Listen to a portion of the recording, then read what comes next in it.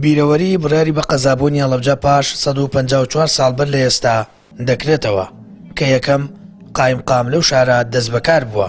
ئیدارەی پارێزگای هەڵەبجەش ئەمڕۆیان بە ڕۆژی هەڵەبجە ناساند و لە ساڵی یەکەمیدا چەندین چالاکی و پانێڵ ئەنجام دران.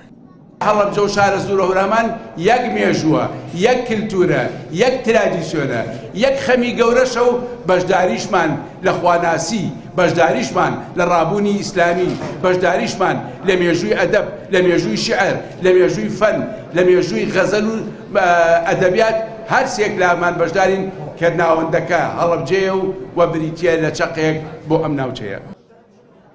سەرجەم چالاکیەکانی ڕۆژی هەڵەبجە لە ناو زانکۆی هەڵەبجە بەڕێوە چوون. نووسەران و مامۆستایانی زانکۆش باس لە هەڵەبجە وەک ناوەندێکی ئەدەبی و ڕۆشنبیری دەکەن لە ڕابردوودا.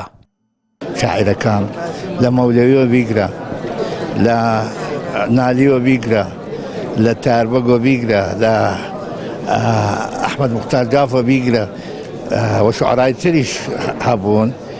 ئێرە پایتەختی ڕۆشنبیری بووە، بەڵام نەختێک زوڵمی لێ کراوە وی لە ئێرە پایتەختی ڕۆشنبیری بێت. دایمەن هەڵەبجە مەزلوم بووە، بۆیە ئەوەندە جوانە، ئینسان بە مەزلومێتە جوانە تا زاڵم بوون.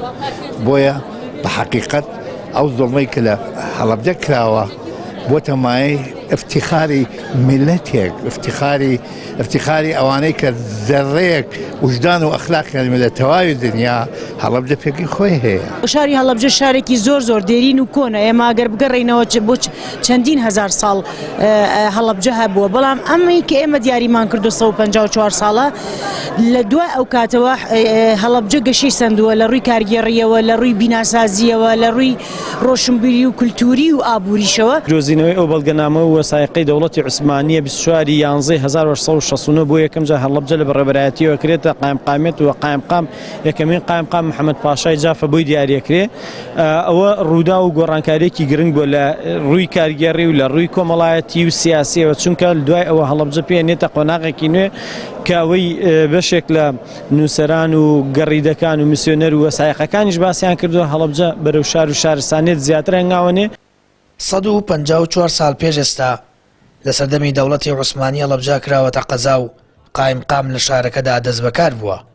ئێستا هەڵەبجە پارێزگایە، بەڵام لە ڕووی ئاوەدانی و خزمەتەوە خەڵکەکەی بەردەوام پیان وایە شارەکەیان هەر قەزاکەی جارانە. سامان فەتاح، کەناڵی ئاسمانی پەیام، هەڵەبجە.